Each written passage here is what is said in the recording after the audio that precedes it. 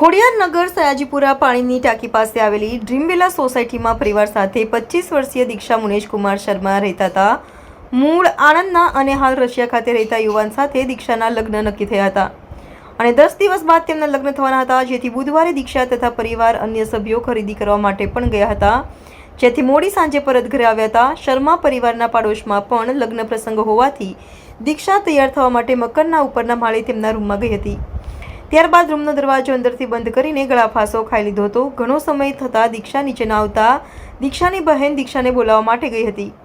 વારંવાર બૂમ પાડવા અને રૂમનો દરવાજો ખખડાવવા છતાં પણ દીક્ષાએ દરવાજો ન ખોલતા આખરે પરિવારના સભ્યોએ ભેગા થઈને દરવાજો તોડી નાખ્યો હતો. રૂમમાં પ્રવેશ કરતા દીક્ષાને ફાંસો ખાધેલી હાલતમાં જોતા પરિવારના સભ્યોએ કલ્પાંત કરી મૂક્યું હતું.